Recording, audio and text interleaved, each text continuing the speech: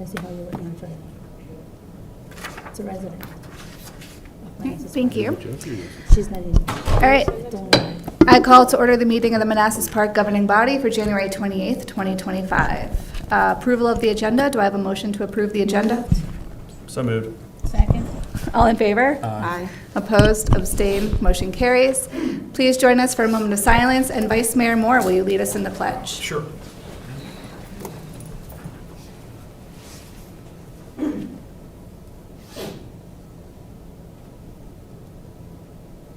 I pledge allegiance to the flag of the United States of America and to the republic for which it stands, one nation, under God, indivisible, with liberty and justice for all.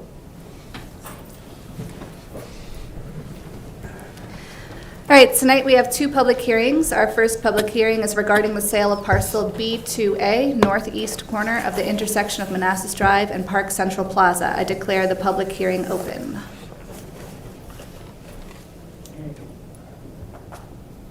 Good evening, Mayor, Vice Mayor, members of the governing body. Before I turn it over to Dean to kind of provide some context on the legal components of the purchase and sale for the public hearing, I wanted to provide you all and residents sort of some information about this topic that is the subject of the public hearing. So. Okay. So before you is a public hearing for the purchase and sale of public property for a project known as the Northfield development. And so before the city was a player in this development or a proposed development, Northfield and the owner of the Christian school located at the intersection of West Crown LA and Manassas Drive were in negotiation to buy that parcel for a project, for a development. This is a negotiation between two private parties. And during the course of that negotiation, Northfield realized that they could, there's an adjacent piece to this that they could also develop. And for developers, when you're already mobilized, the economies of scale is a very real benefit. And so Northfield reached out to us to see if we were willing to sell this parcel of land to them so that they can redevelop the whole thing. And before I get into sort of the finer details, I want to kind of orient you to the map here so you know what you're looking at. So, excuse me. So the city portion is the box here that's in yellow, and the proposed development will have 38 units on this piece of the city parcel. This is roughly 3.5 acres. 2 acres, approximately half, will be a conservation easement, meaning it will be landscaping to match the rest of the frontage along Manassas Drive. And the 38 units will be on this portion of the city parcel, which is roughly 1.5 acre. And so in essence, the city portion of this development is this piece here in yellow. The rest of the box, as you can see there, is the private property owned by the Christian school owner that they are selling to Northfield. And Northfield is planning on putting 175 units on that parcel. So that's kind of the general layout. That's just a rendering, obviously very preliminary, hence the public hearing. And so once we get through site plan, building plans, and the project will have more fidelity. So what are some of the finer details for this project? So a total of 213 units, as you can see there, and my apologies for the typo. It's 175 on the Christian school side and 38 on our side, specifically on the top half of our piece. For the city portion, Northfield would pay the city approximately $8 million, 4.2 at closing on the property, and 3.8 sort of in a tranche basis as building or as units come online and pass certificate of occupancy. What are some of the amenities for this project? Northfield is proposing to provide to the city 5% or roughly 11 affordable units. I mentioned the conservation easement that is currently in place and will remain in place for this project. Additionally, Northfield is proposing to create a green space. If you notice in the middle here, this space, that's where the green space, as well as a playground and multi-purpose courts will be provided for residents. Additionally, in terms of the product mix, there'll be 158 stacked condos, and I know that parking is always an issue, a challenge for development. So Northfield is proposing by type, 2 parking spaces each for the stacked condos, and for the townhomes, depending on the size, anywhere from 2 to 4 parking spaces according to the split there. Additionally, there will also be approximately 75 additional on-street parking for guests, visitors, et cetera, on top of the dedicated parking spaces. The facade, some of the proposed elevation you see there for the different types of units, it will kind of maintain the same conformity to the rest of the units that are on Manassas Drive currently. Additionally, and as we go through the site plan, there'll be the standard landscaping, soil erosion, and stormwater requirements. So those are kind of the high-level details for this proposed project, very preliminary. With that being said, I'll turn it over to Dean for, and then my apologies, we have Mr. Stephen Collins here from Northfield, that he is able to answer any question you may have. So Dean, I'll turn it over to you for the legal components of it. Okay, thank you, Keith. First, are there any questions for Keith before he hands it over to me? Does anyone have any questions? The green space, is that just for the owners, or is that for all of Manassas Park citizens? I think this is on. Good evening, Mayor, Vice Mayor, and council members. The green space is for the residents, but I would say through our title search, this property is part of Bloom's Crossing Homeowners Association and will probably be absorbed into that. And so the amenities would be there for everybody in Bloom's Crossing, but it'll be open, so it'll be hard to keep anybody from the city out. Fence around it so everyone can really enjoy it. Okay, thank you.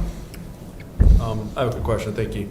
The question I have, and I know this is very preliminary, so this may not be the total, it may be reduced even further going down, correct?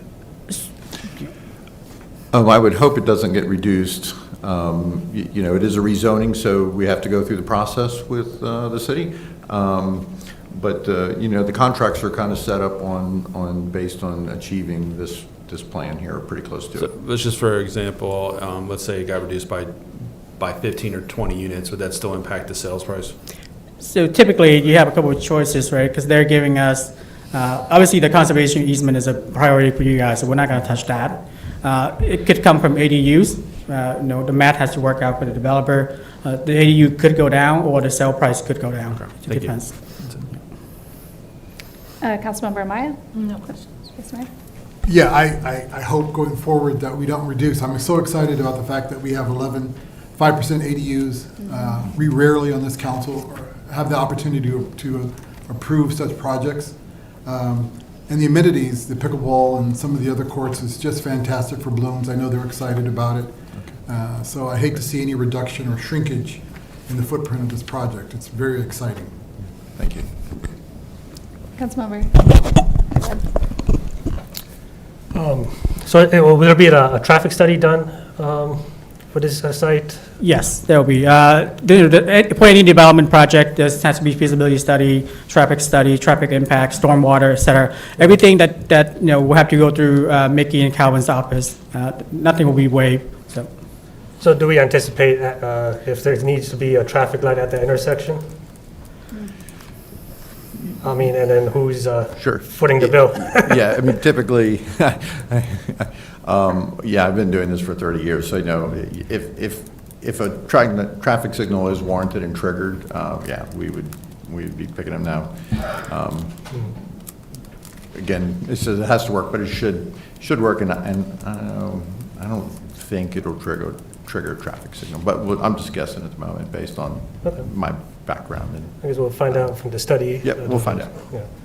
Yep. So right now, along Carmen Drive, there's parking, right? So there's going to be no parking, I'm assuming, after this development on the main road. Talk about here. Yeah, yeah. So I don't think those parking spaces will be taken away. I think the development is confined to within the existing lot. Yeah. I'll just confirm that. So that's public right of way. So, it's not, we're not selling any of that to the developer. That's still the public street. Yeah, I'm just worried that if the traffic study warrants that we need a bigger street size, then we have to clear out the parking spaces. Again, it's all preliminary, I guess we'll find out more, but it was just a thought. But it would only be from the entrance into his development to Manassas Drive though, for a turn lane most likely. And everything beyond that would probably still be fine. Okay. The other question was if after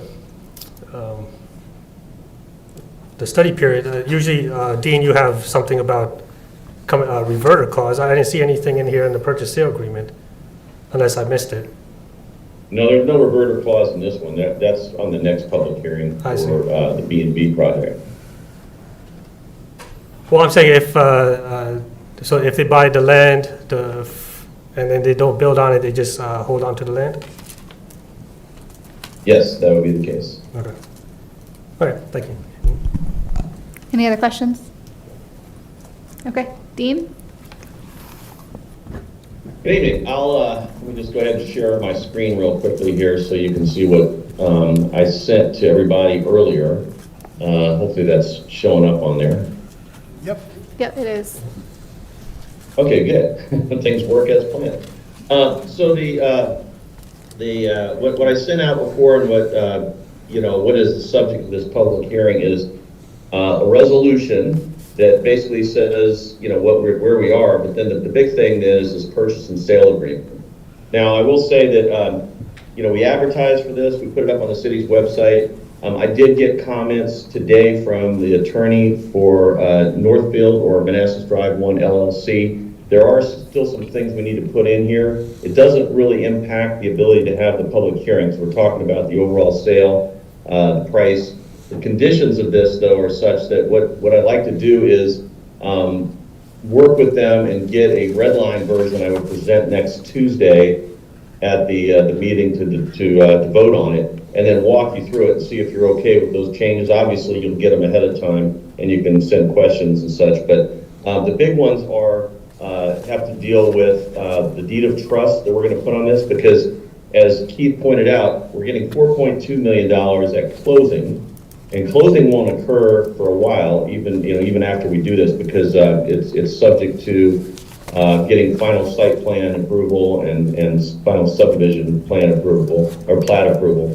So it's going to be a little while down the road, but nonetheless, at that time at closing, we're going to get $4.2 million of the $8 million purchase price, and then we have a deed of trust we'll put on there for the remaining $3.8 million. We're still hashing out the terms of that. I think we're pretty close. I mean, they basically took what we had prepared and sent to them and made a couple of changes, so I'm not really concerned about it. I just wasn't able to review it in time for tonight. And there's also then a partial release agreement in there that the city the trustees would execute each time one or more of the market rate units were sold. Or not sold, I'm sorry, got a certificate of occupancy prior to that. So it'll happen as the units sell. So that'll be a trickle in, and each time we'll go ahead and have to record one of these documents in the land records. The rest of it remains basically what you had. The deed has changed a little bit, I'm sorry, that's the next one here. The deed remains the same. It's pretty straightforward. It has a conservation area that runs along Manassas Drive and has trees saved within there and shields the development largely from Manassas Drive, just like everything a little bit north on Manassas Drive going towards Blooms Park. So it's designed to kind of fit in together, and the requirement for the conservation easement is in the purchase and sale agreement as consideration. And also, we need to change the language in here because it's a little confusing how many ADU, WD units we're going to get. We're getting 11, but that's not really represented in this agreement, so we have to modify that as well. So those are the changes I would expect to see between now and next Tuesday.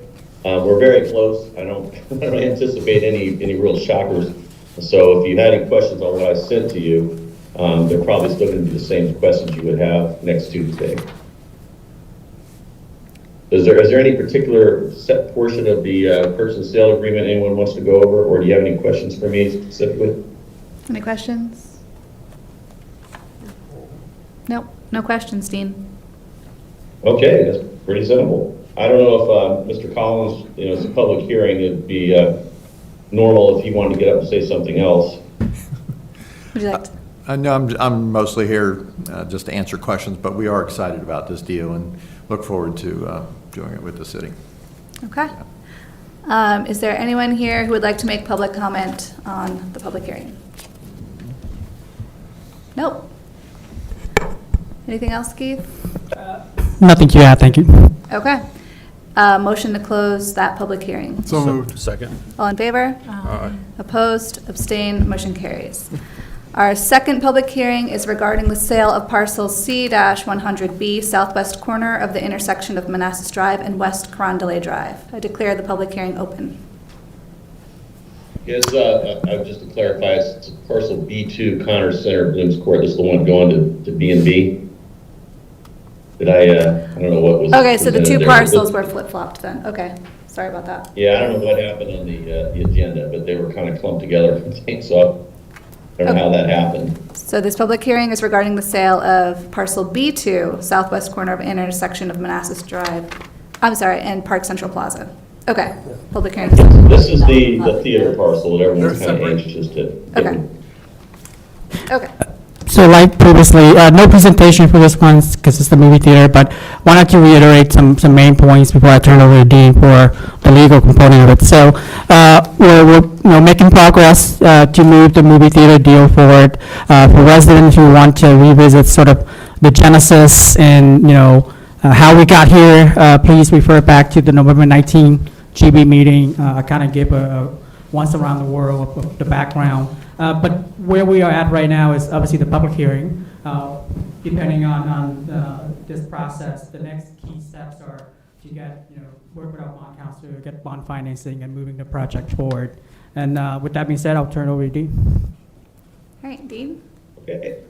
Yes, ma'am. So there was a public hearing was already held on December 3rd for the sale of property to B&B, but you may remember at that public hearing, we talked about removing a sliver of land between that parcel and Park Central Plaza through a boundary line adjustment. But we wanted to move forward, and I told you at the time we'd have to have another public hearing because we had additional land that was added to it, and that's where we are today. So on December 10th, you approved the sale. Then we went and got the boundary line adjustment done, and that was recorded just today, actually. It was prepared, but then it was just recorded today because the mayor was gone, and we had to have her signature on it. So she was very gracious to run from the airport and make that all happen. What it did is it added a little bit of land, and you can see here, I'll scroll down here, apologies if your eyes are getting a little bit disjointed, but it's now 79,059 square feet of land. It was 70,000, a little bit more than 70,000. The boundary line adjustment, you can see, was recorded today. Other than that, it's pretty straightforward, other than the fact that our title company asked us to do an amendment to the purchase and sale agreement to reflect that it authorized this sale, because they have internal audit procedures and they need to make sure they match up. So I also have before you a first amendment to the purchase and sale agreement, which I sent out, and hopefully this isn't a big deal, but there were a couple of things that we needed to change. One was the land area, and excuse me, I'm sorry, I'm going so fast here. But you see here, it just kind of walks you through what happened. And then this meeting here is referenced in recital 5, just so you understand why, because this is anticipating a vote next Tuesday. So now what we did is we basically gutted one of the recitals in the original purchase and sale agreement to replace it with this one, which describes the land that was recorded, that was the boundary line adjustment, or the land subject that it occurred after the boundary line adjustment. And you can see here, let's see, the deed here is also, we took the previous deed out of here and put this one in, which references the parcel 2A down here as well, with the information from today. So it's just a belts and suspenders. And so what I'd ask is either one, come out of the closed meeting and approve this tonight, which would be helpful, Or if you're not comfortable doing that, then we wait until next Tuesday, and then we just need to make sure we vote on this first to authorize the sale. But with that, if there are any questions on the documents I sent to you that are up on the screen now, or any other questions about this, I'll be happy to answer questions. Are there any questions or preference as to whether we vote on this tonight or next Tuesday? I'll just leave it that personally, I would prefer next Tuesday to give the public time to speak, but if you wouldn't mind chiming in, we'll start with Councilmember Trivette. Any questions or preference? Yeah, I have no preference. I mean, we go vote tonight or next week. I thought we already had a public hearing on this too, but I guess not. No questions? Yeah, I have a question. Do we have a graphical display of the additional 9,000 square feet that's been added to this purchase? Yes, but it'll just take me a second to pull it up. I apologize. I just had to pull up the plat real quick. So maybe we can answer some other questions, and then as we're answering those, I can pull it up. And do you have a preference for tonight or next Thursday? I prefer next Thursday. Okay. Give people more time to review. Councilmember Amaya? Questions? I'm with, Preference? let's see, either today, I'd rather do it today. Okay. Sorry. I'd rather do it today, get it over with. And do you have any questions? But, Any questions? no, I do not have any questions. Thank I you. think if we have one person that doesn't want to do it today, we should wait. Okay. So far, we have two. Okay, so we'll wait. And then, do you have any questions? No, I don't. Okay. No, it's all you, Dean. No pressure. Well, I'm sorry, I'm trying to find it, it's buried somewhere. I will try to find it, I'm sorry, I'm just having a little bit of trouble, I didn't anticipate that, because it was, let's see, if you,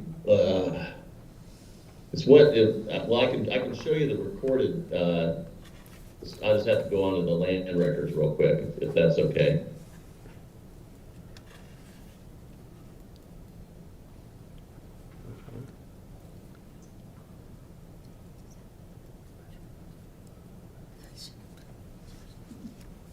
Yeah, I apologize for this. This is taking a little bit longer than I'd like. Well, Dean, maybe you could send it out to us, and then we can use it for our vote next week. That would be preferable, because I feel a little bit bad making everyone wait here, so. Because I don't even know if it's available on the, a lot of times for the plats, it takes a day or two. Yeah, image isn't even available online yet, so.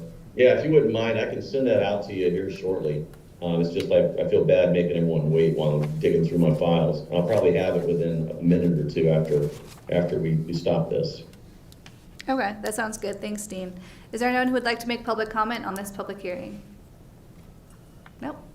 Seeing no one, motion to close the public hearing? So moved. Second? All in favor? Aye. Opposed, abstained, motion carries. These two will be voted on next Tuesday. Thank you Right. very much. Thank you, Dean. Next up, we have interviews for both the open position on the school board and the vacancy on the governing body. First up, we have Zachary Graham, who is running for school board. Welcome. Thank you for coming out tonight. Thank you. We'll begin with the opening statement. You can have up to 3 minutes. Ms. Connor will be keeping time, and then we will be asking questions down the row. Also, 3 minutes for response, please. Mic check, good? All right. Good evening, Mayor Metzing and Vice Mayor Moore, members of the governing body.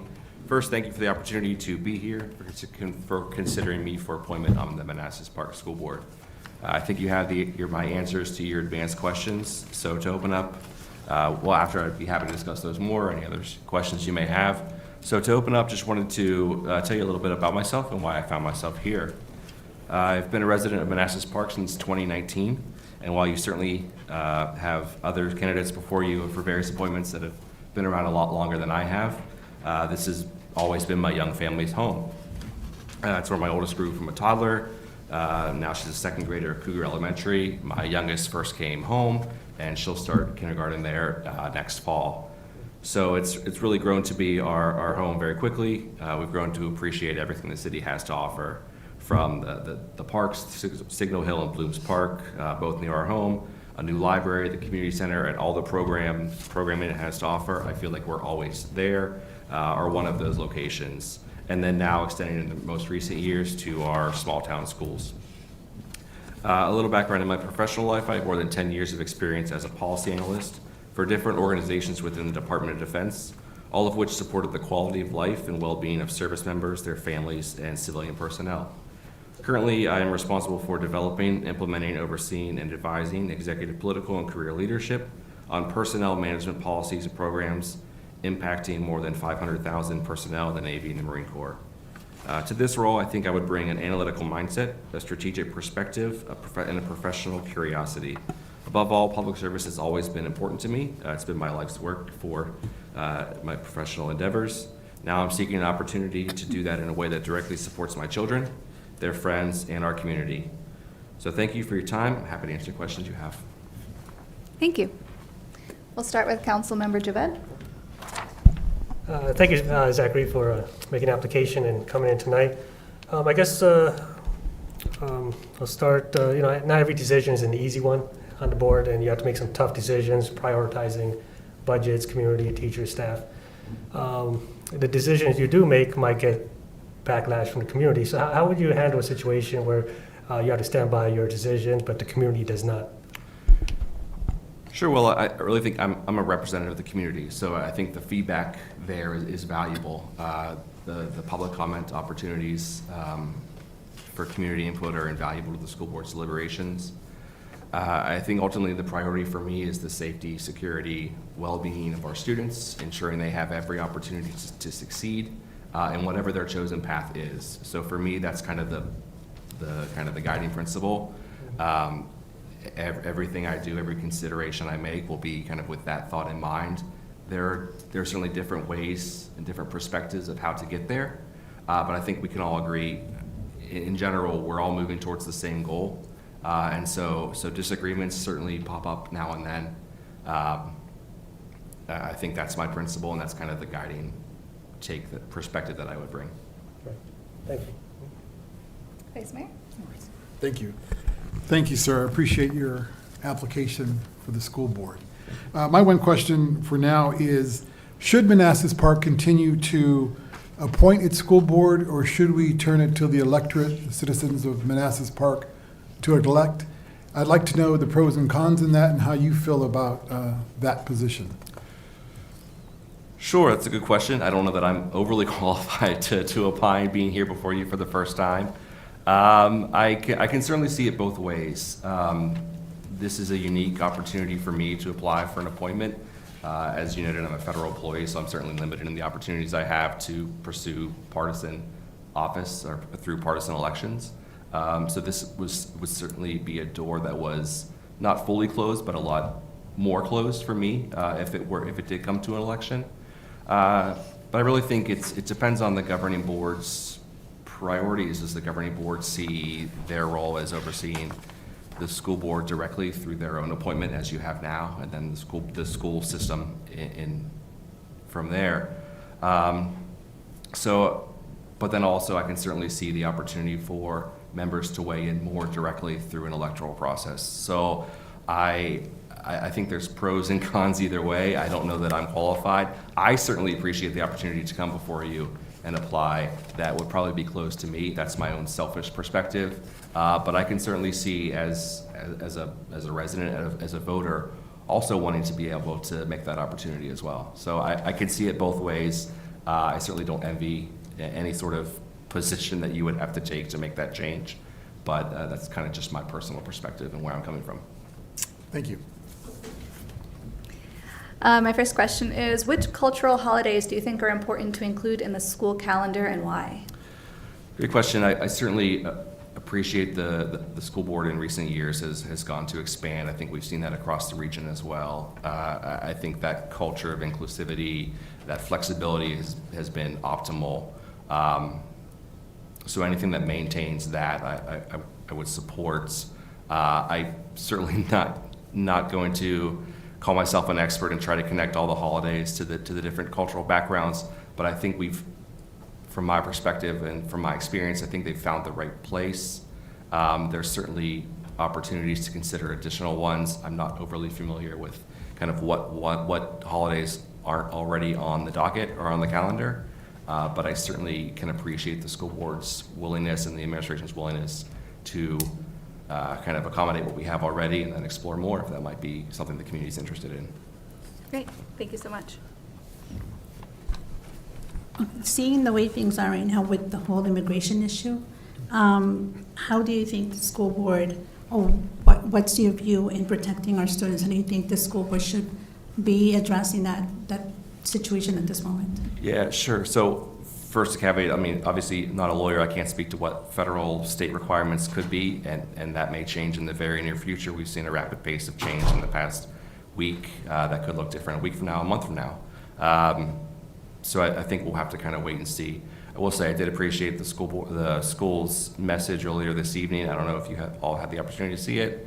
Essentially, I agree on all fronts. For me, safety, security, well-being is the number one priority. I know they have protections as far as information. I think that needs to be clear when it comes to things like interacting with federal law enforcement. So fully supportive of the stance that they've taken so far, which is above all priority is the safety, security, well-being, and fostering that supportive environment. Thank you. Thank you, Mr. Graham, for your, considering, I've looked at your resume, it's very impressive. Your questions are very, outstanding what you've answered, and then Mr. Moore stole my question. So the question I have for you, but it's very impressive, is how would you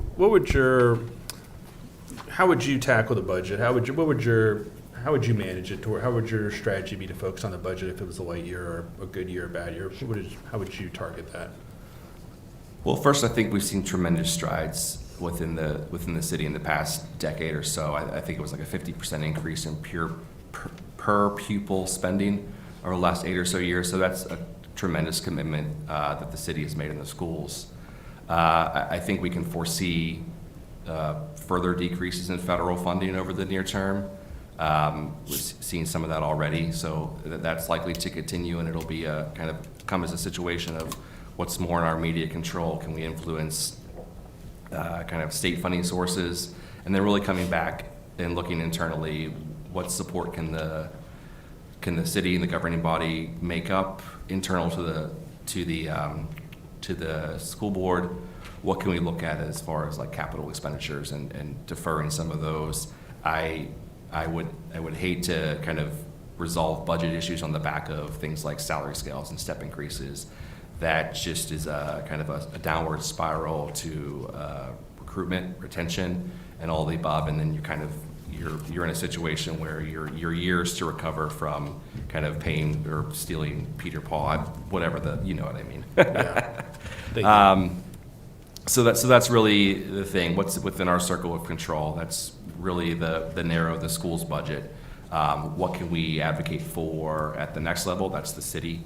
And where can you all step in to prioritize if the schools are a commitment? How can we reprioritize some of the kind of the programs and the expenditures the city does to kind of pick up the difference? Because beyond that, I think the state is a little more kind of known, but the federal, I think, will be kind of uncertain for the very near future. All right, thank you. Hello, Mr. Graham. Hi. Nice to meet you. I'm just rolling off of the school board, and it was a pleasure serving on the school board. It was a tremendous opportunity. My question is, if a complaint is about an existing school board policy, how would you evaluate whether the policy needs to be revised? Well, I think, again, the school board members are entrusted to set the strategic direction of the school,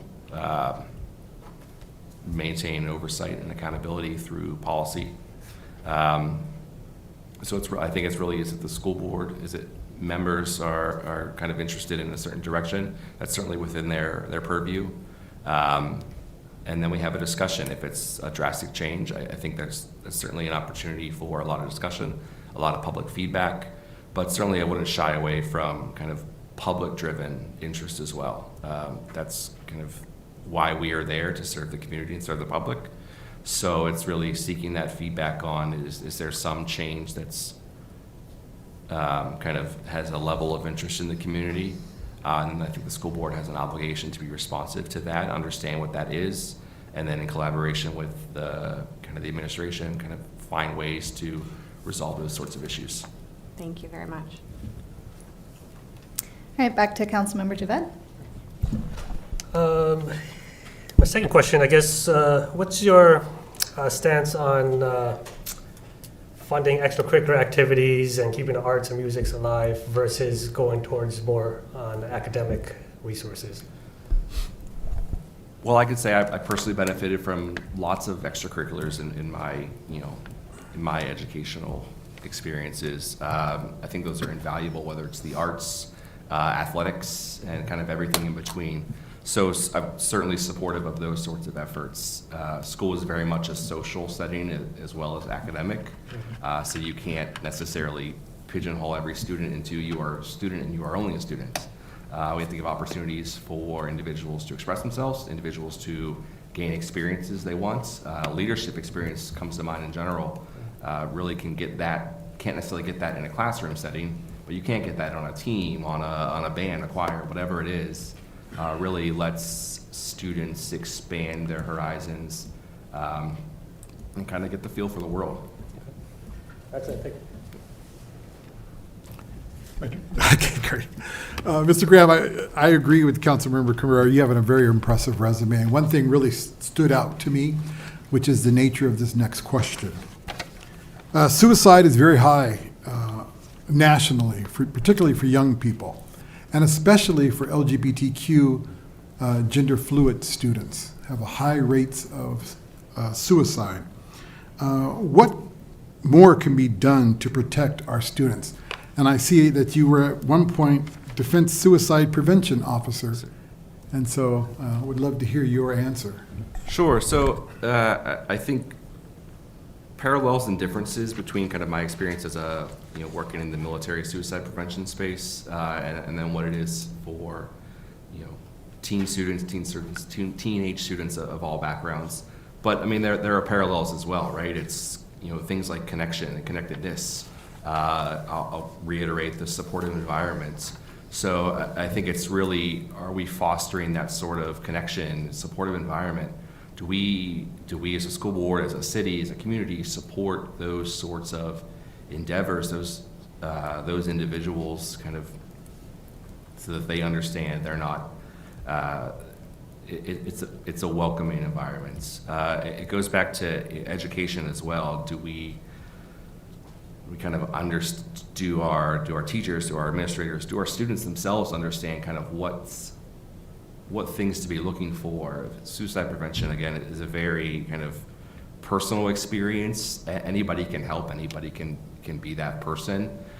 So whether it's the policies that are in place to foster that environment, non-discrimination, things like that, access to help resources, and then beyond that, it's just being good people and reaching out to people and knowing that someone is there for you. I think that's the sort of environment that is conducive to that sort of help and information sharing and support. Schools are certainly kind of on the front line of that sort of effort, and I would seek to make sure it stays that way. Thank you. Yep. School boards must work collaboratively. How would you ensure productive relationships with other board members, the superintendent, and the community? Well, I think I'm generally a collaborative and non-confrontational person. I think I said earlier, differences of opinion certainly arise over any number of issues. I think it's ultimately seeking to understand where someone's perspective is coming from, what their background or what their decision-making process leads to that decision. And then ultimately, it's the collaborative efforts of the board that make things happen. So really, I think to me, it's really the understanding, getting to not necessarily common ground, but a common understanding. Everyone understands the same frame of reference. Everyone has the same kind of a perspective on the issue and where everyone stands.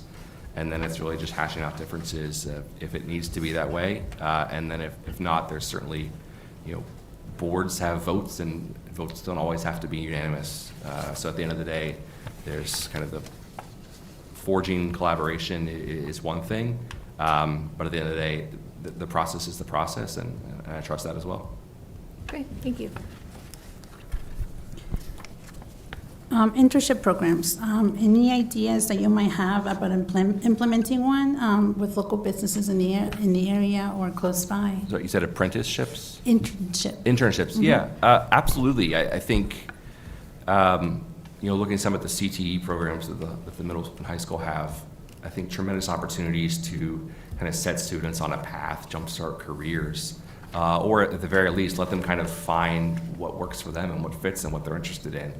That's certainly an opportunity. We've got a lot of kind of trade-based industries here in the city, trade-based businesses, construction, kind of all of the above.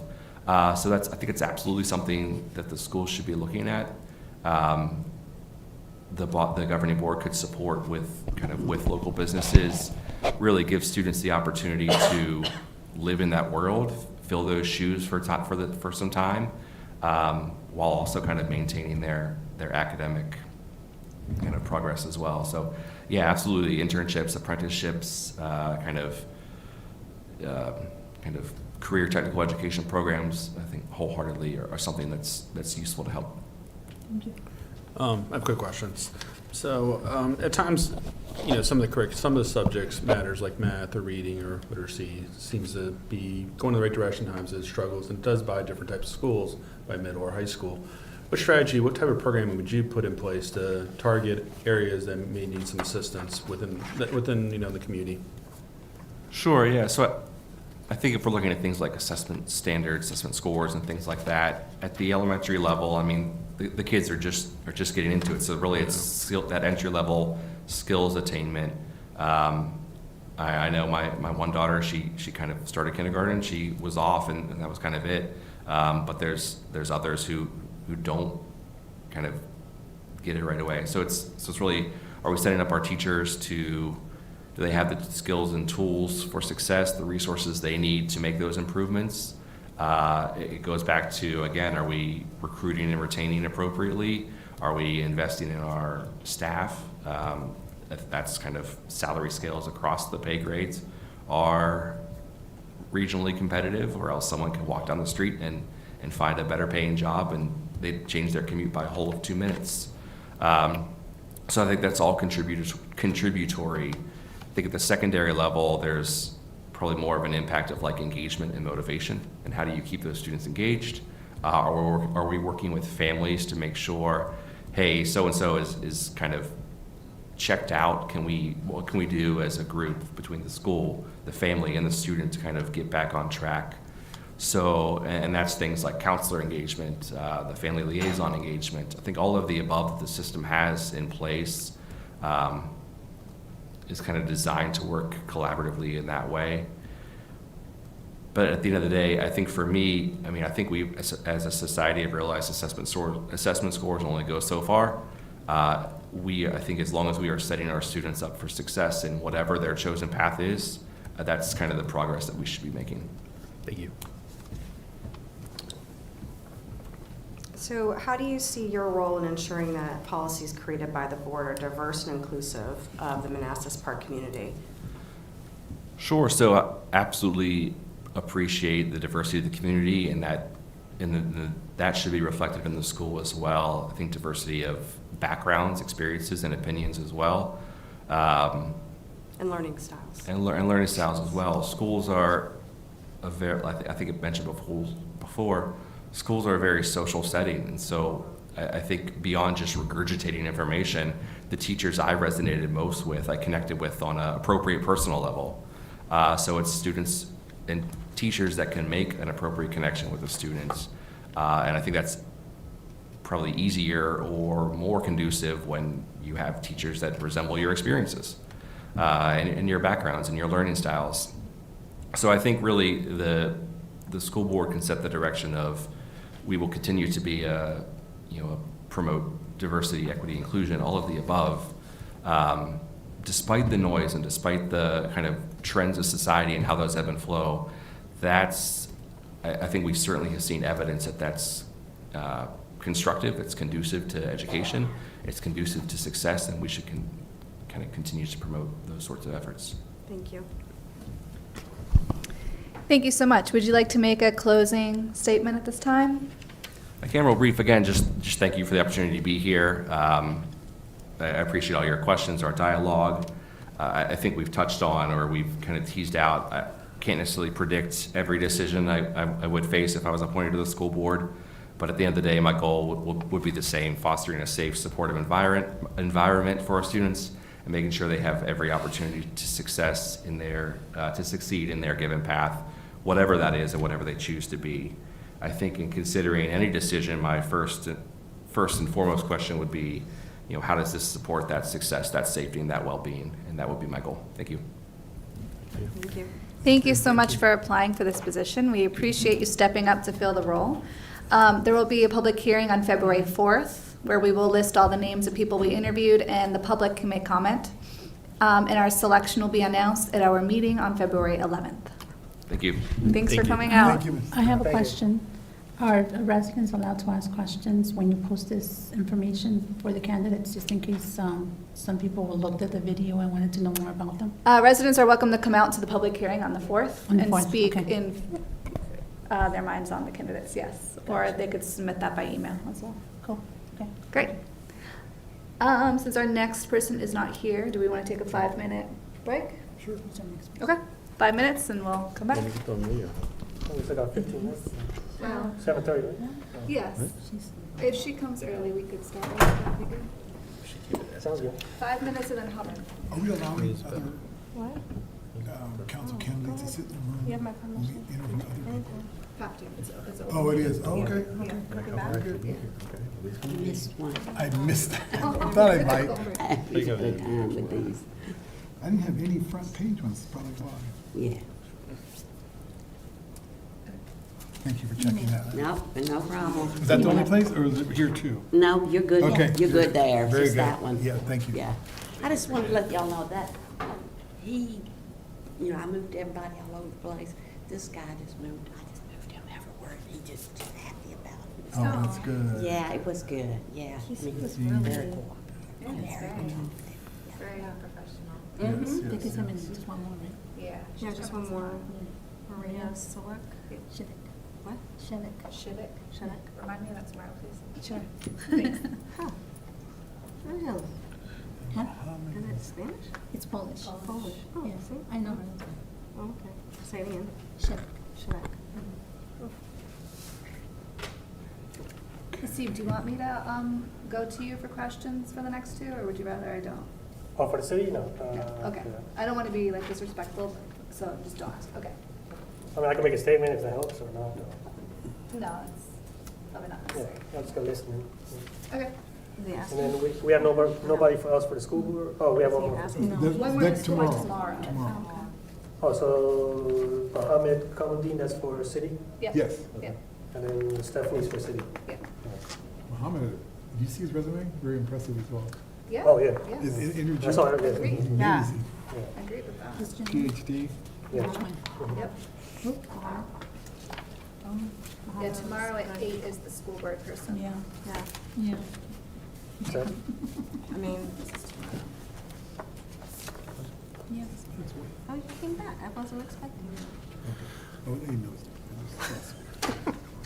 I did. I should have.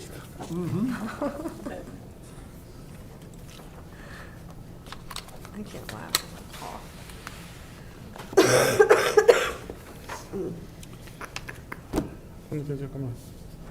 No more, no more?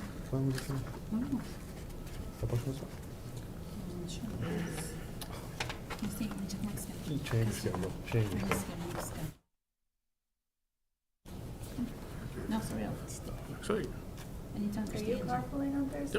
Yes. You are? Do agree with Yes, me. so do I. Is everybody I planned on it, carpooling but they but said we'll be me? back here by. Am I the only one not we'll leave there carpooling? around 5:36. I Have think so. all fun. You wanna go with you? I can go with you. You can always come back with them. If you don't wanna go by yourself. And drive with other people. It doesn't matter to me. Okay. You guys are going Right to after the reception, we're not staying for It's the up to dinner. you. We are soon. I don't mind. You want me to go with you? I asked her to send out the You can always ride back with them. Here. I mean, that kind of have to. Yeah, you kind of have to. You can stay down I'm there. leaving at 4, We'll I leave think at I'm Why, you gonna gonna pay a hotel for me? 4:30. You can stay down there and go. You can pay a hotel for me? Yeah. There's fun things you could do. I know you're gonna pay a hotel. If we leave at 7:30, I'll be fine. I How was much afraid we'd traffic be are there we till coming 10 back? and then leave It's at bad. 10. Then I would go. He can be. What time Yeah, what they're time you coming leaving? around. And this Oh, itinerary actually says What 7. time? and back to 4:30. Oh, you're gonna be in traffic. Yes. Okay. Okay. Stafford. No, you have to leave by 2:30. What time is your appointment? Let's see, it's a dinner reception. I understand the dinner is later. I always just try to leave when I'm at a job board Let meeting. me just see, I don't know It what was the cadence last year of and the this year particular before. thing is. I remember last year, So- it was very late. Yeah, very late. Is there, it might I be. knew I didn't You want to should do have came that up again, into the so I was building going to do it. yesterday. I Did you didn't get the agree agenda? with what you And I even called Is this Paul with, and told him, you know. You don't agree with the charter? No. He said, Go in I under didn't vote on it. on Thursday. Yeah, with, For You VML. can still pay him if any on it. It's not And I, Richmond. no, I could have spoken. have you on behalf of virtual? the So you guys Manassas are County. meeting with Virtual. Oh, okay. And, So are you gonna meet with Michelle? Yeah. And Because, Dan. You guys wanna first talk name about ended that? not living in the city. Revenue stuff? The 3 bills that were brought up. City of Virginia, that. Yeah, that's great. We can do Just Wednesday. because everybody else does it revenue doesn't for mean the we should do it. traffic. Red lights, yeah. We can do traffic light, yeah. Wednesday. When's that? The only day I can't. Well, is if it- the is that 3 the- of us, if Okay, you and I, Thursday. We could whoever else, Thursday. like, Okay. we're Thursday. Thursday. Thursday. What are you all doing? We want- we want- We we want want to, strip oh, club. we can't. It's free dinner, do you? I can't go. I think we paid Yeah, for it. Kentucky Cross. We can go. Okay. We just don't talk about that stuff. Carl said, Okay. We probably Oh, won't this start. Who Thursday? cares? Who cares? No, next Thursday, the 6th. again, I think, And we're not washing out during speed. Just good at putting stuff in the calendar. I would need clarification on, is that something just a reception with liquor There is a- appetizers? and then Oh, I there's can't. no formal I'm going Hold on, dinner? no, right. Which is what they did last year. Oh, and You wanna My friend respond to Casey, I've known the since I was 15. Yeah, I can ask you, I could, I'll ask Carl again. He may not know. Okay, she's not. Yeah, Kelly should. know. Well, I wasn't sure if he wanted her maiden name or her married name. It's that- Is she hot? Not anymore, not really. She's married. Mr. Beckett, how are you, sir? Doctor? Dr. Beckett. Hey, Shalom. Hi. How you doing? You Good. still gotta It's connect. been a while. I'm dying to hear about Puerto Single lady Rico. that was born here. Yeah, I'm not that level. She's right. I'm not a bystander. I don't know. I'd rather be honest all that. Do you have, age? You guys, oh, fantastic. Law City. The white picket fence area of our town. I don't need to. That's very My nice. brother does it. He does it. He's married to someone. So he's gonna start marriage. So he's 28 How young do you go? 10 years, 15? 27. Huh? 10, yeah. 10? Mike, I'm gonna say Shalom. I like waking up with nobody else. What? I like waking up and nobody is stretching. Nobody talks. I watch Jeopardy. Every time we hear people calling out their questions, like during the game. That's you. And Sleeping then in King by myself was great. I know. So I don't know if I don't have one. I don't know. Hello. Sleep somehow. I don't know. Do you want a minute, or are you ready? Jump right in the fire? Okay. I don't know. I just defended my dissertation, so Oh, well, this should be easy after that. easier. Defending it? All right. You just defended it? Yeah, I defended it over a week ago Friday. Oh, congrats. So now I'm waiting, now I'm just waiting Oh, good. for the final You're approval. gonna get it. I just want it, I just want to be done. All right, well, welcome. Thank you for coming out tonight. We'll begin with the opening statement. You can have up to 3 minutes. Ms. Connor will be keeping the time. After that, we're going to take turns asking questions, the 5 of us. Ms. Connor will also be timing those as well, and then we'll do a closing statement. Only 5? Yes. Okay. Alrighty then. All right, well, thank you all for having me this evening. As you know, my name is Laura Hampton. I'm a lifelong resident of Manassas Park, specifically the west side. I'm also a sibling of a retired police officer. Also, he was a former volunteer firefighter when we had it here. And also the daughter of a former IDA member, which was a precursor to EDA. As for my education, I have a degree in international studies in Spanish, an MBA, a graduate certificate in public relations from UVA, and I'm about to earn my doctorate in business administration, specifically with focus on leadership. The past 3 years, I have been researching decision-making by local governments in the Commonwealth of Virginia. That's the focus of my, it's not actually a dissertation, it's called an ADRP. But all of that's helped me understand how to make the best choices for our city. As for my career, I'm certified in project management, change management, and a few other areas. For the last 20 years, I've worked in a variety of different fields, everything from marketing communications, for government agencies, for nonprofits, for Fortune 500s. I've done advocacy, I've done new business development, also done government relations, consulting, and federal contracting. My clients have been everything from big corporations, from Fortune 500s, to a former leader of the Republic of Zambia, the president of Zambia. I actually got to meet him in New York. Also, low-income housing developers. And then earlier in my career, I worked for a lobbyist. So I spent time basically following him around up on the Hill, meeting with members of the House of Representatives and in the Senate. And I also read and analyzed legislation and also had to summarize it for him and write different position papers. All of that has given me the skills to to solve problems, build relationships, and to basically get things done. As far as my community involvement, back when I was in high school and college, I worked for Parks and Rec. Prior to that, my father, actually both of my parents were involved in civic organizations here back when we had civic organizations.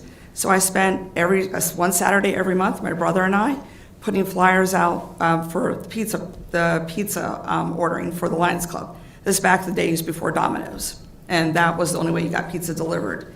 As well as I did other things with the Lions Club, everything from helping sort cans to, I can't forget it, working the 4th of July. So there's a lifelong history of giving to the city.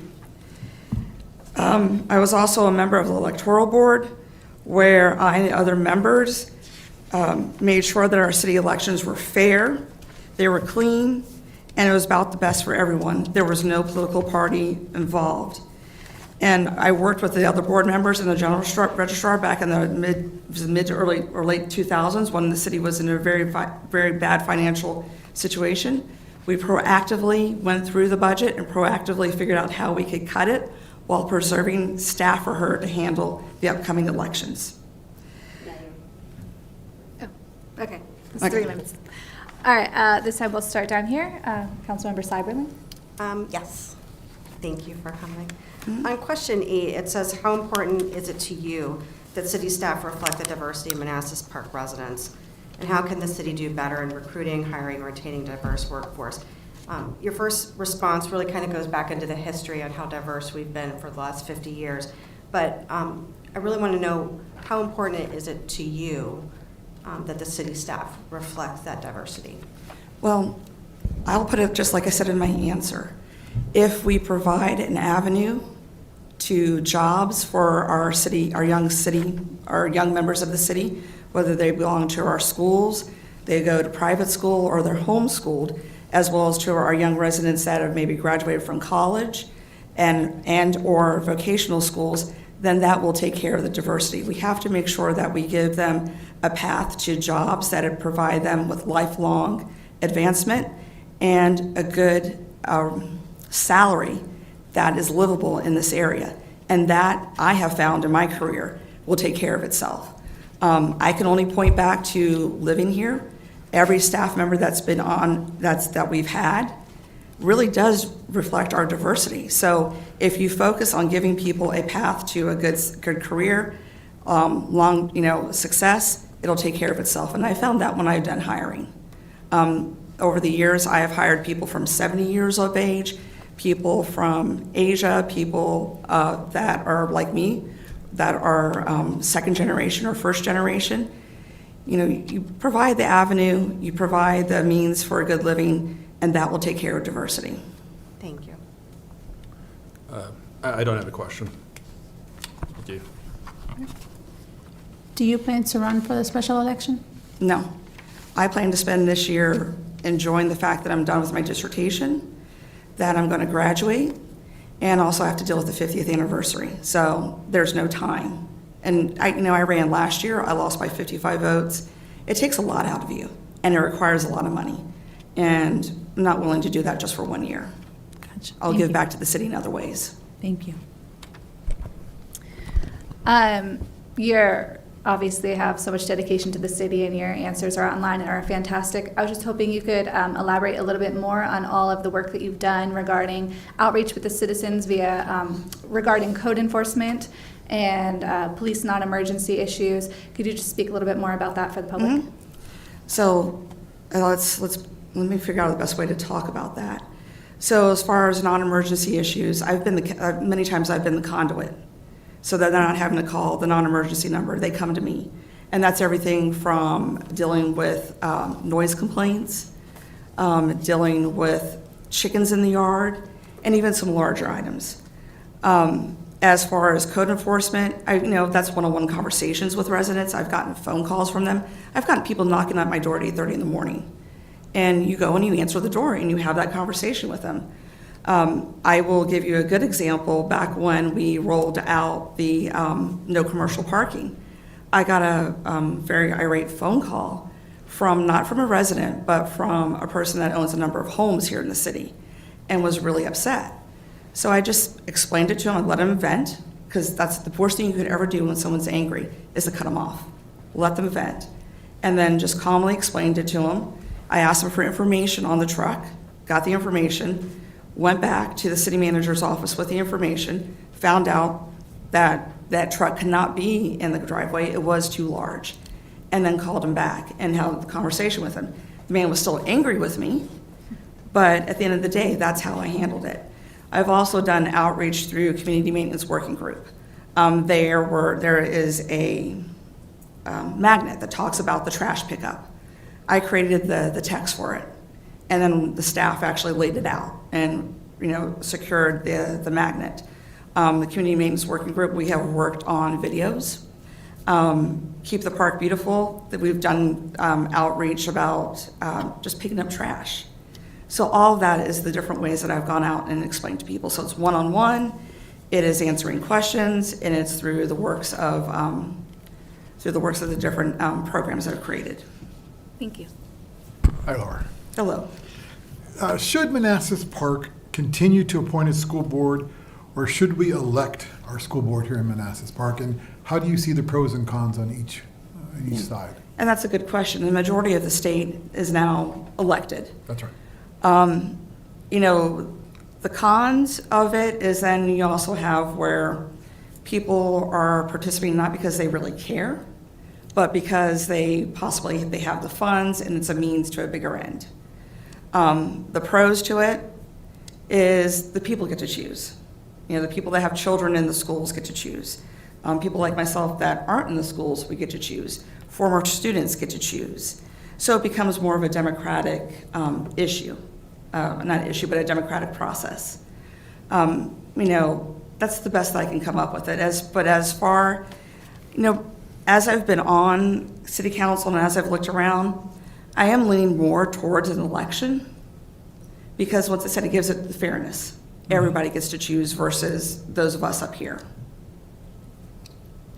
Thank you. You're welcome. Back to Councilmember Seiberling. I have no more questions, thank you. Okay. I don't have a question. All right. Ms. Amaya? Councilmember Amaya? Apart from all the work that you've been doing with the committees you've created, what's the best, or what's the take that you've taken these 4 years as being part of this community, being part of the community you've created? What do you take with you? I think it's the impression that no matter what we do up here and we do out there, we impact people's lives for the good and for the bad. And then also our decisions have not only short-term, but long-term implications. I think for me, the most memorable moment was last March when we were at Brandy Station and we had an event there. And that's an area that's been neglected for whatever different reasons it's been neglected. And that's why the group went in there and we worked with the HOA. And at the end of the day, there was a group of mothers that pulled myself, of course you, and the police department together. And my Spanish is not the best, but I understood what they were saying. And I'm pretty sure these mothers were on the verge of tears. I've never seen people so grateful for us coming there, because they were so afraid to let their children go outside and play because of the amount of crime there. And the amount of crime there has been there for a while, because I actually spoke to my brother about this, and he talked about when he was a captain in the police department, he would actually have patrols out there to break down the crime. And they were on the verge of tears, and I remember them telling us, God bless you, God bless you. And we told them that we were going to work with the city manager to increase patrols there. The police department said that they would go back and talk to the chief. And we gave them information. We gave them phone numbers and said, here's the phone number to call the police department. If you're not comfortable, call us, give us the information, and we'll take care of it. And that's why I say, when we sit up there, what we do up there and what we do out there impacts lives. And, I walk away with the theory that if you impact one life, you've made a difference. Thank you. As you know, on the governing body, we must work collaboratively. How would you ensure productive relationships with other board members, the city manager, and the community? Okay. Well, first of all, I've got a lot of experience with that because of work. Being a project manager, program manager, being a consultant, you do have to go out and work with others. You also walk away, there are some people that are just not going to work with you. You don't care what you do. You can't control it. But you don't let that stop you. As far as working with the city manager, the first thing is when you come on board, you have that one-on-one discussion with them. What is it that you, Mr. or Miss City Manager, want to do? This is what do you think are the big issues? This is what I think the big issues are from being a resident or from whatever my different sources are. And just have that ongoing conversation. But at the same time, there has to be mutual trust. That city manager, whether it's Mr. City Manager or Miss City Manager, has to be forthright with us. That's giving us the good and giving us the bad. As far as city council members, I've shown that up here. I've created programs where I've worked side by side with others. At the same time, being collaborative also doesn't mean that you're going to take abuse. That means you also stand up for what you believe in. Now, as far as dealing with residents, you can't sometimes boil it down to just one thing. So you have to go out and talk to the residents. Collectively, we do have to go out and kind of talk to the residents, have interactions with them to find out what their issues are. So even on the west side, there might be a difference on the street that I live versus a street on Holden. There's a difference between living on Brandy Station and the folks that live over here in the new condos versus the folks that live, over in Blooms Park. So, you have to look at the collective, the collective overall, and then you have to drill down. And then based on what you know from those interactions, and you build your plan. I know this is all theory, but this is how you do outreach and how you fix problems. And you build your plan, figuring out what it is that they want, what is it that we can do, and what timeline. And at the same time, you constantly have to have that communication with the residents of where you stand. You have to have that constant communication with Mr. or Miss City Manager, constant communication with one another. And that's how I do it in the real world, and I was doing that to some part when I was up on council. Thank you. Mm-hmm. Madam Mayor, since we have extra time, since we've had a lack of questions, can I just get clarification on one question before I pose my second? Yeah. Good. You said you're not going to run this November if appointed to serve. Is that my understanding? Correct. Okay. So one other person has suggested that. How do we guarantee that that's the case, that you won't come to October, say, I'm going to throw my hat in the ring? Well, I can't, because you need signatures. Right. Well, okay, September or August. You when still have need to gather signatures before that. All you can do is take my word for it. Yeah, you're on the public record right now Right. saying what you're saying. And I appreciate that. I really do appreciate that candor. It was a surprise to me, but I just want to get clarification. So my question then is, what 3 things would you like to get accomplished in the next 10 months, which is February to November, before the general election in November, if Well, you were appointed Right. to fill the seat? So, I want to continue the work that we've done with the residents, but I want to expand that work with the residents. And that means actually having sessions with the residents where we all, whether it's 2 of us or we have something that's where we go to the residents and find out what their issues are. They're not going to come to us. We have to come to them. And then build some sort of outreach program based on what they want. And by outreach, that is either we educate them or inform them, okay, if you've got a problem with this is how you take care of it. If you're concerned about the taxes, this is what public comment time is for. This is your right to come up here and speak. So I wanted the residents engaged, back to how it was 10, 15 years ago. I remember when I was on the electoral board, and even when I was a kid, and when I'd come up here with my brother, when he would get his promotions in the police department, this place was full. The residents were not quiet, and I want that back. We need that. Thank you very much. You're welcome.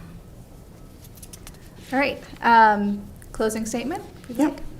So once again, thank you all very much for letting me be here tonight. And if I'm reappointed, I'm going to pick up where I left off, which is with the different outreach programs, continuing with the 50th anniversary.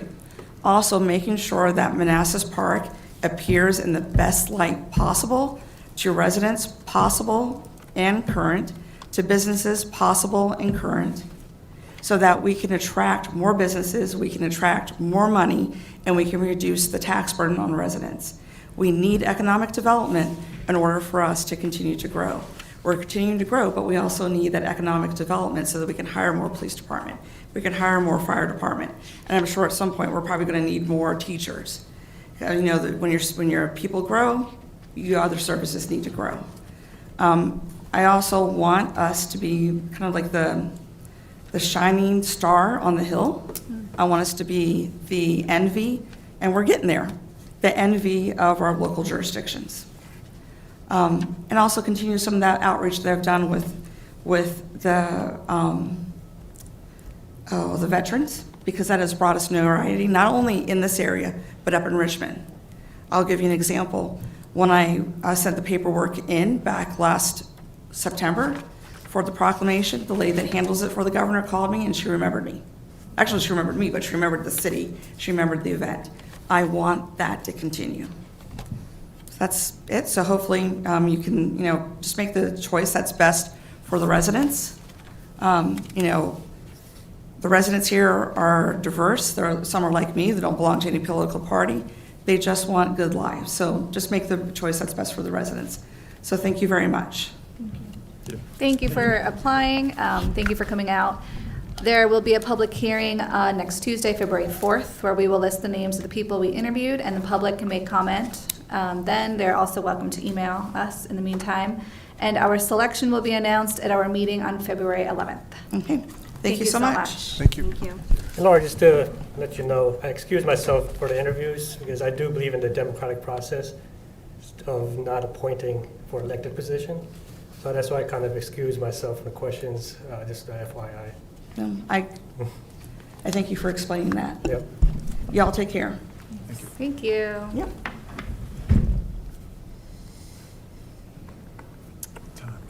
It is 7:43, but are you ready, or would you like a few minutes? Okay. Oh, excellent. Mr. Mohammed Kamaldeen, doctor, I'm sorry. Come on up. Thank you so much for coming out tonight. Yes, thank you for having me. We'll begin with an opening statement, 3 minutes. Ms. Connor will be keeping the time. After that, we will be asking questions. We'll start on this side, and as you just heard, Councilmember Javed is listening only. Okay, so. Well, thank you for having me here. I go by Mo, but no formality with doctor. I'm a very humble guy. I think when it comes to Manassas Park, I'm relatively new in Manassas Park. I migrated with my family from New York City. And the thing that really attracted me to Manassas Park is really this close-knit family community. It has great schools, great after-school program, and something that took me almost 5 years to actually get here and make that decision. What I bring to the table when it comes to this governing body is really a fresh perspective.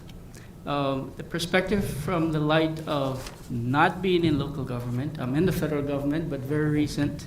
I have a broad view of what's happening nationally. I have a good view of what's happening in the energy landscape and where I think the city needs to go. When you think about the electrification that's happening, I live right to the back here at the Stanley Martin Complex. It's an entire complex full of electrified homes. God forbid we lose power, what happens? I don't think anybody, including my own household, is not really thinking about it, even though I'm in the government doing clean energy.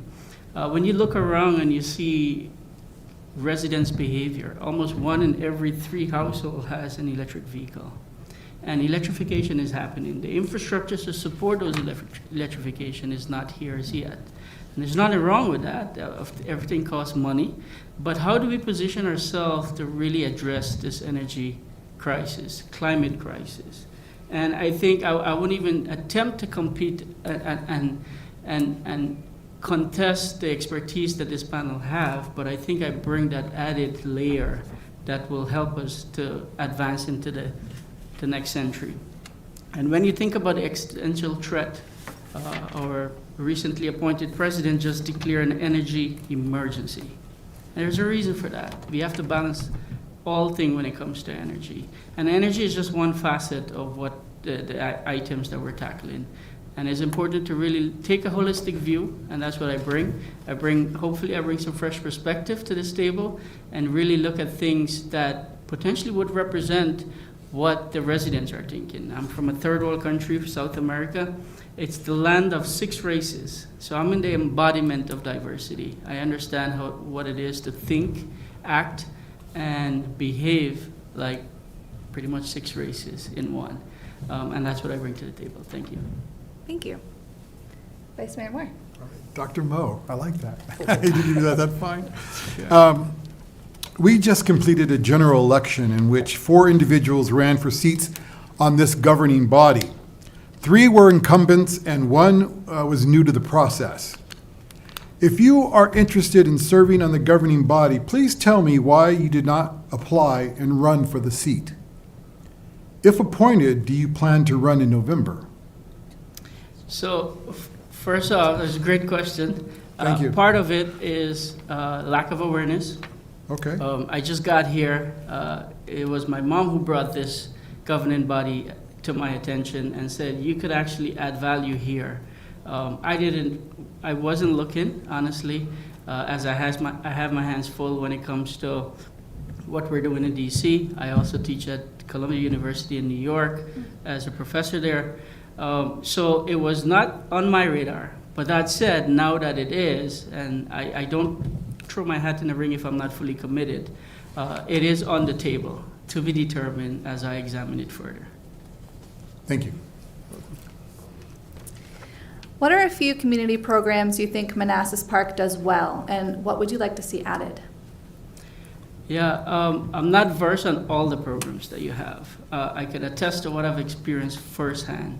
Right out here on the seasonal programs that you guys put on, or the city put on in terms of the Christmas extravaganza and parties, or the rodeos that you have with the horses. I think it's the first time I've seen where my tax dollars actually go as a resident. From New York City, I generally can't see or pinpoint that, okay, this is where the tax dollars go. I think the school program is very good. I have two boys, 4 and 6, that are part of the school program, and something that brought us out here for that. Even though the Boy Scout is not part of direct funding, it is an activity that brings or put Manassas Park on the map, and we certainly like that. But if I could comment on what I would do, it would be more forward. I would certainly lean on creating pathways for STEAM education, and STEAM meaning science, technology, engineering, art, and math. And I think when I looked at the school programs today, there's some amount of STEM, but it's not structured program. And one structured program is robotics that I think could come to this table, among others. I think pathway for dreamers like myself growing up and finding ways to do public service work and get engaged. And I think the pipeline to Manassas Park local government is not there. And pardon me for my ignorance if it's there and I'm not aware of it. But certainly establish that pipeline in the form of internships. So advertise so that high school students graduating could actually come here and do a summer internship at City Hall. Take folks out into the K-12 program and highlight career opportunities, highlight examples that from our lives that allows us to get to where we're at, so that we're not just putting policies and programs in place on paper and try to implement on broad community or civic engagement, but students right down to the grassroots actually see what this means. and encourage them and empower them. Also, I think another program will be helpful is really to get our members in the community and set up steering committees for businesses to address critical issues that we're making decisions on. They're successful in their business for a reason. They're good at what they do. They bring different expertise, leadership, and perspectives to the table. How do we capture that? And setting up these committees doesn't give them a hand on the pen, but it gives them a voice that if you're willing to listen, and not just listen, but listen and do something about it, and factor in that, I think will be much, much more impactful. Thank you. Before I ask them a question, do they have to get their signatures in by June? By June. Yeah. Yes. Okay, so going back to the question that was asked, it's on the table that you're thinking about running for the special election. So knowing that you have to get your signatures in by June, when do you think you'll make a decision? What's in the next week or so? I just need to look into it. Okay, thank you. Yes. Thank you, Dr. Mallow. This is very impressive. I've looked at some of your publications. Looking at it, it was very impressive. A lot of Thank the you. energy stuff you cite on us, energy scaling, very impressive. The other question I have for you is, the question I have is, Manassas Park has the highest tax rate in the Commonwealth of Virginia at 95 counties, 38 cities. What would you do and try to focus on to bring that tax rate down? Because a lot of our residents are working class and it places a hardship on home ownership. What would you try to focus to bring that tax rate down? Yeah, and it is something certainly on my mind. And I'll give you I'll offer perspective. I paid the same tax rate when I was in New York City, and I saw absolutely nothing for it. So as much as it's high, I think we could approach it a little differently. What value do you provide for that high tax rate? And I think residents like myself are seeing value. Now, when you think about economic development, and I know that the Economic Development Council has this bridge program, if I butcher the acronym, please forgive me. But I think the value is there. And folks are not talking about what do I get for my money. Folks are more concerned about how do I scale what I get for my money. And I think if we could help them understand what scaling means, and scaling comes in many different forms, socioeconomic form, personal value form, and beliefs. And I think if we are able to show them how scaling of that for the same amount, for the same dollar, what you could get incrementally will be beneficial. Thank you. Okay. Hi. Hi. So in your first response to your first question, how would you prioritize budget items to ensure the city remains financially responsible while addressing key community needs? You talked about promoting fiscal responsibility and fostering transparency, which I think is on target for sure.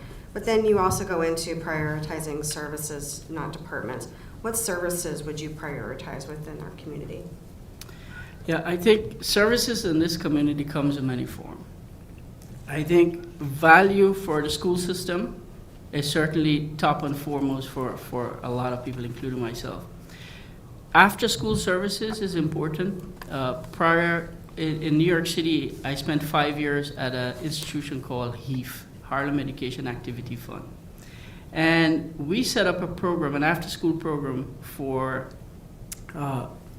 middle school and high school kids to get them off the streets, to keep them actively engaged in STEM-related activities that not only take them off the streets so they're not indulging in wrongful activities, if I could call it that, but more importantly, engaging in activities that would help them all the way through college.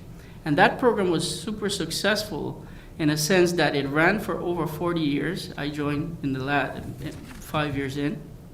And more importantly, we had a 95% success rate in getting students enrolled in a community college or a four-year college. And the support didn't stop there. It went all the way through graduation. And the same students recycling came back and started supporting the project. And I'm not familiar of any of those programs today in this community.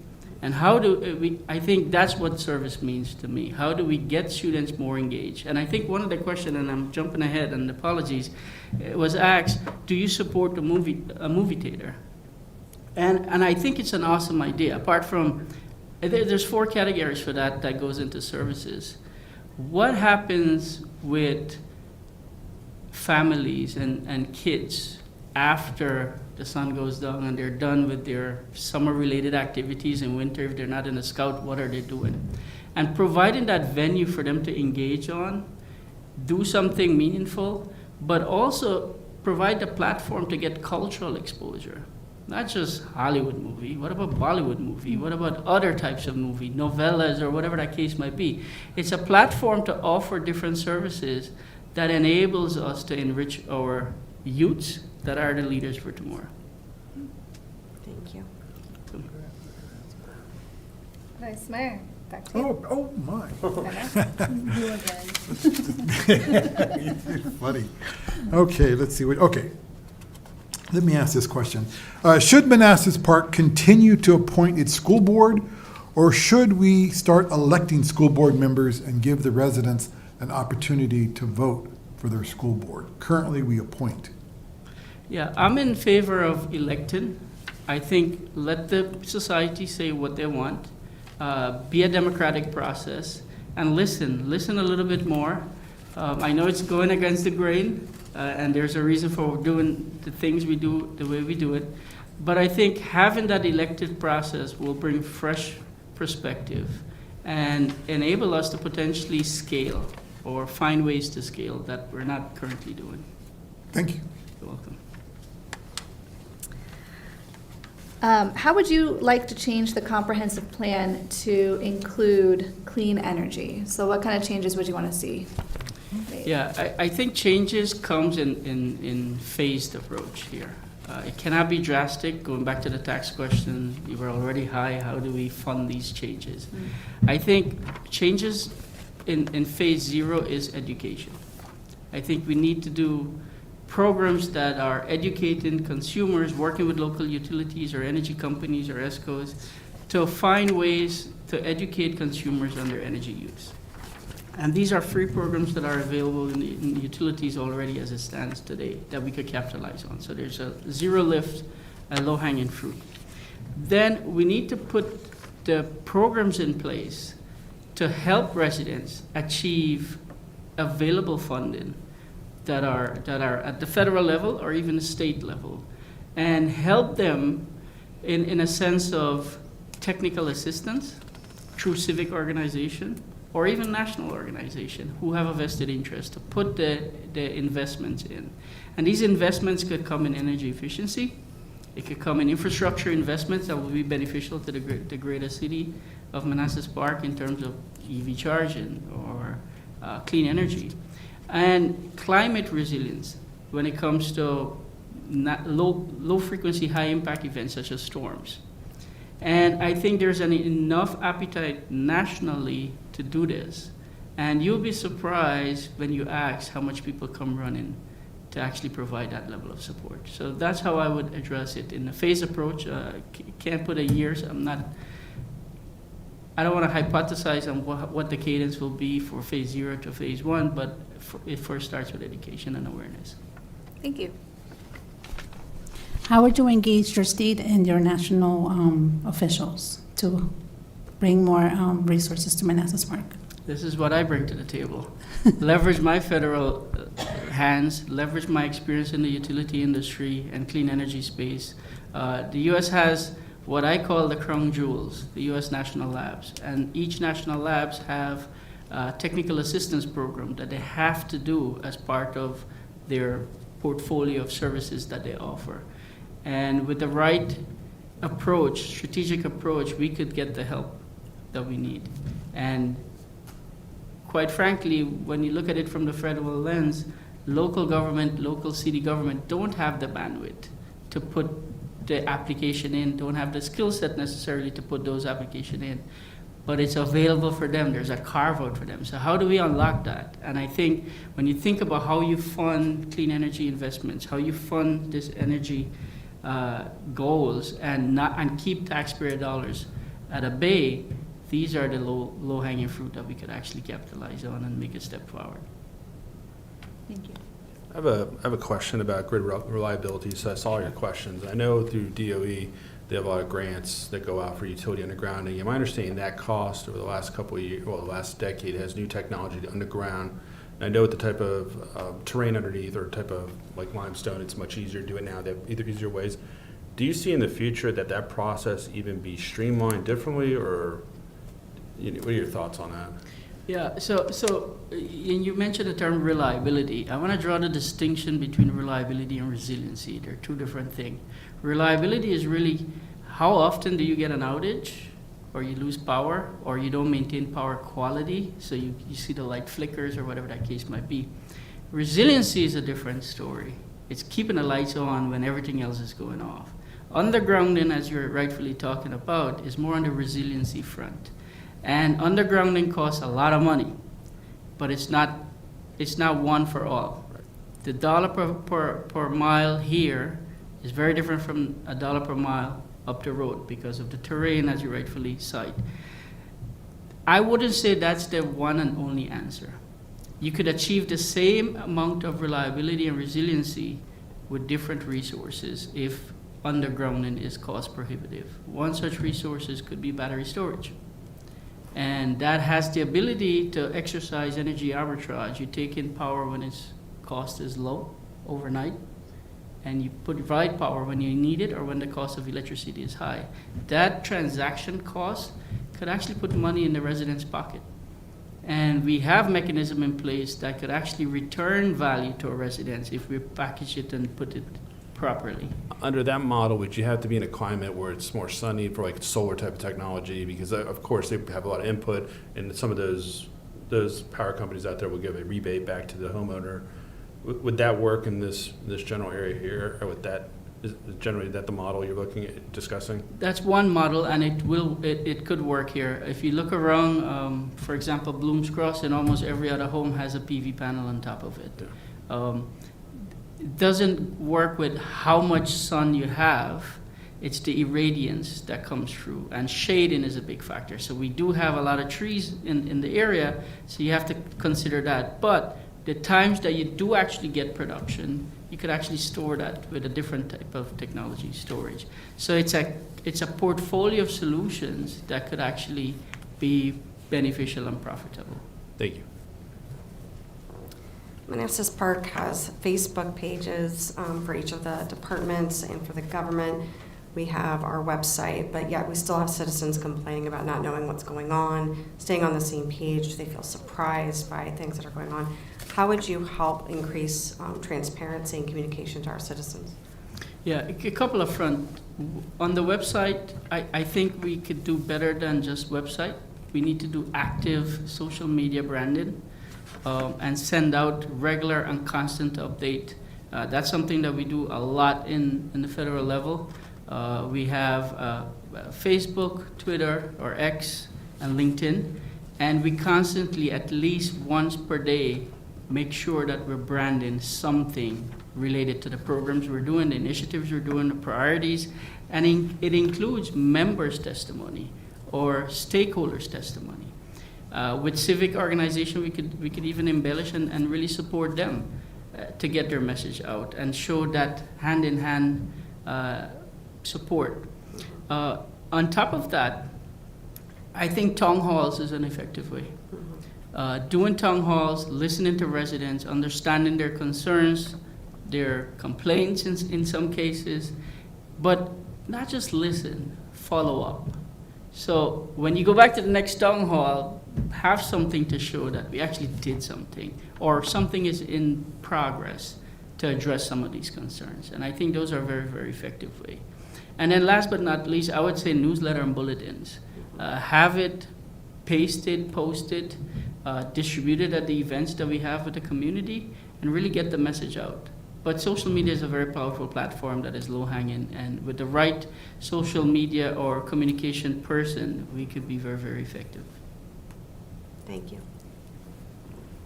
Thank you. So would you like to give a closing statement? Sure. What I bring to this table here is a very unique perspective. I have over 18 years experience in the energy space.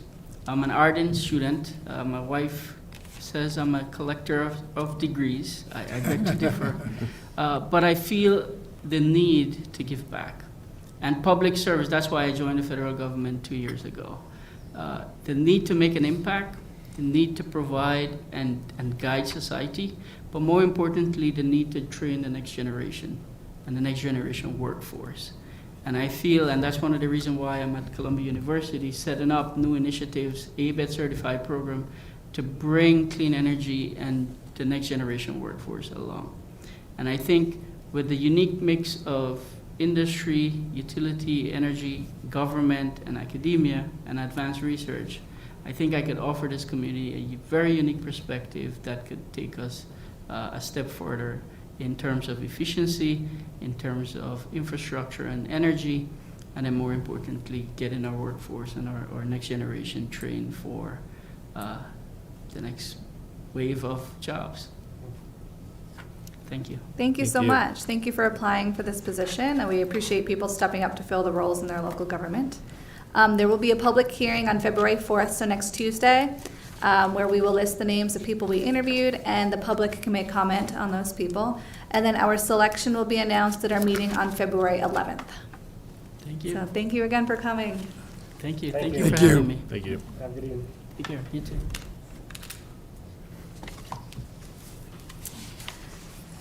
Okay, and I know that we're running early, but are you Stephanie Smith?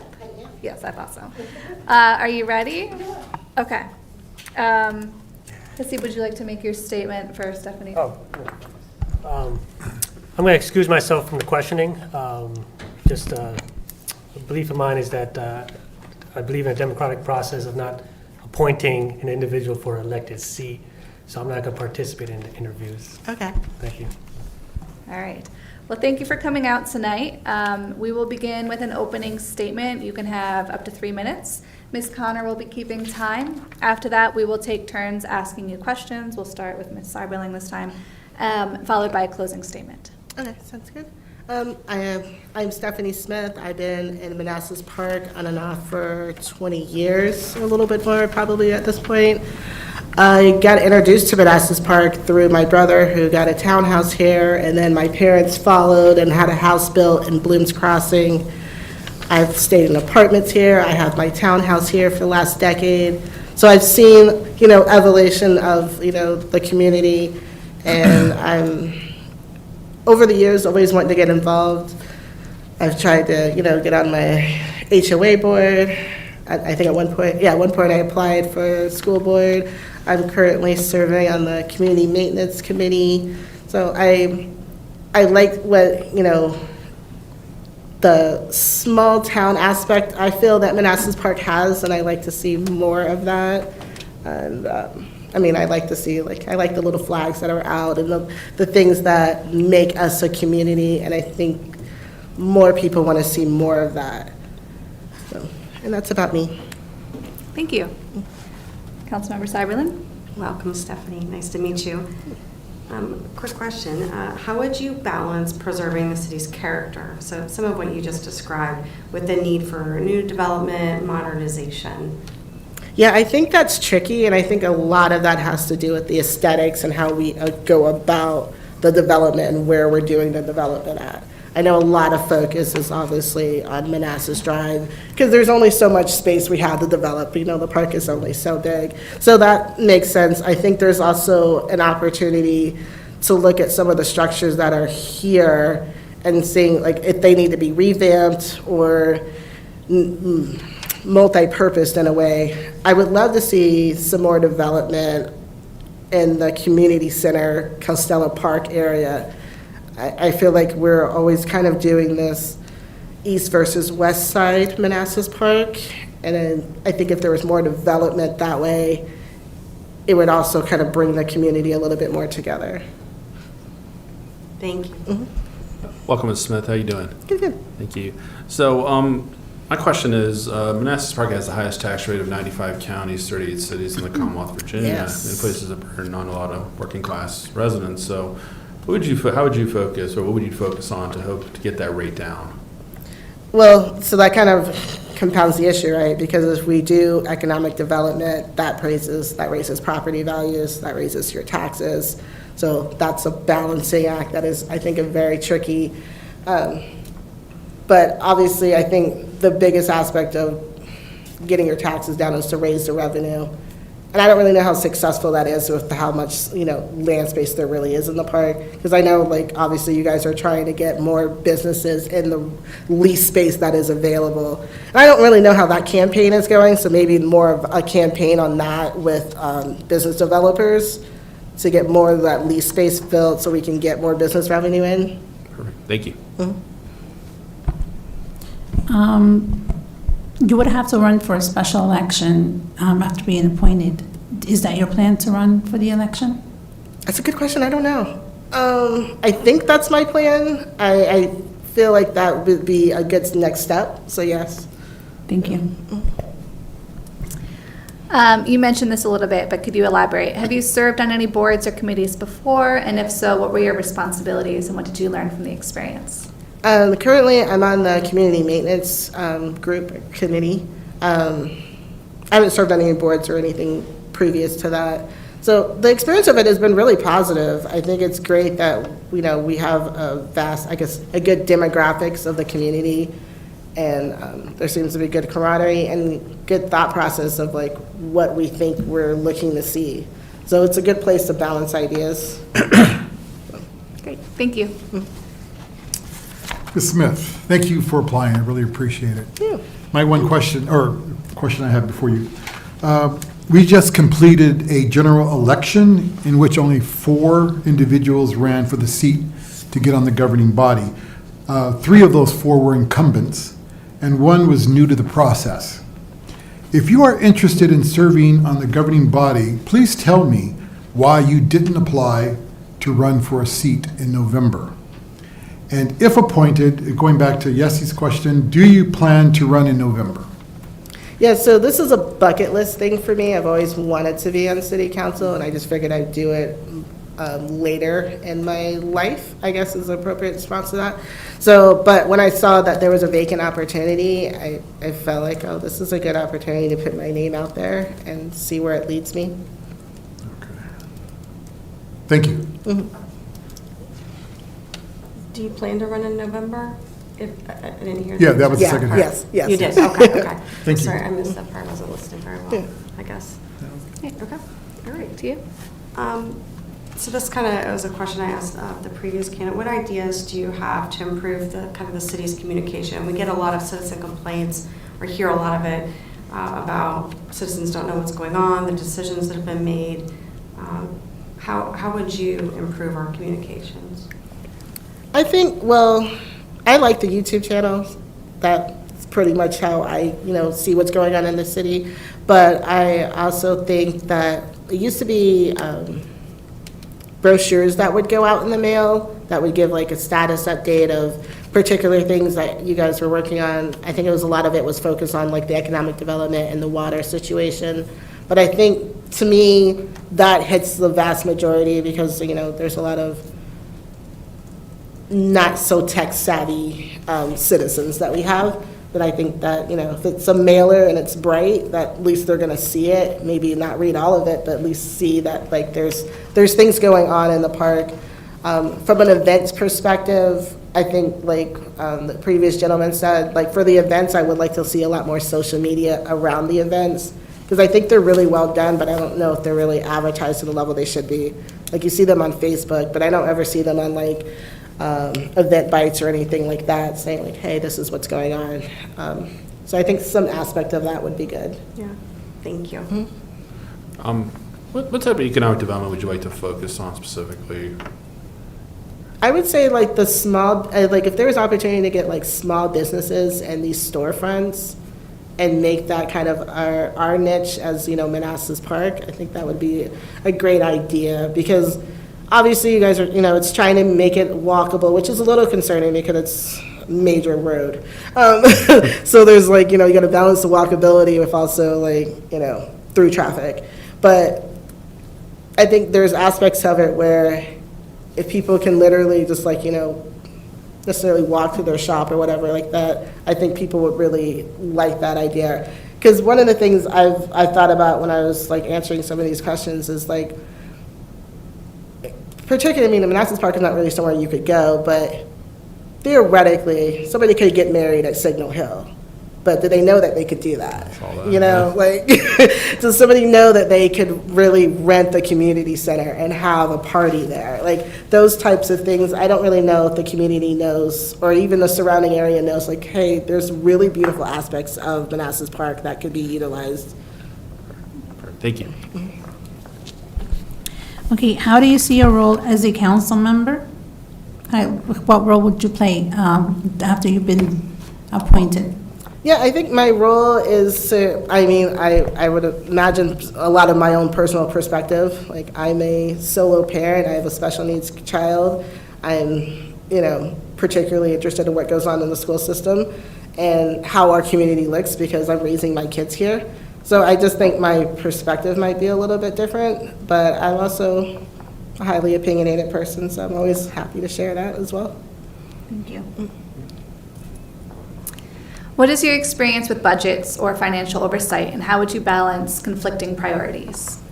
Well, my experience with budget and financial oversights, I'd say from my time of being a contracts administrator, I had a $1.5 billion contract that I was managing, and there's a lot of finances to that.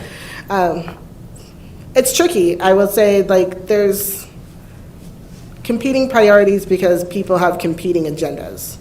But I think when it comes to your city council and your citizens, some of those agendas need to overlap.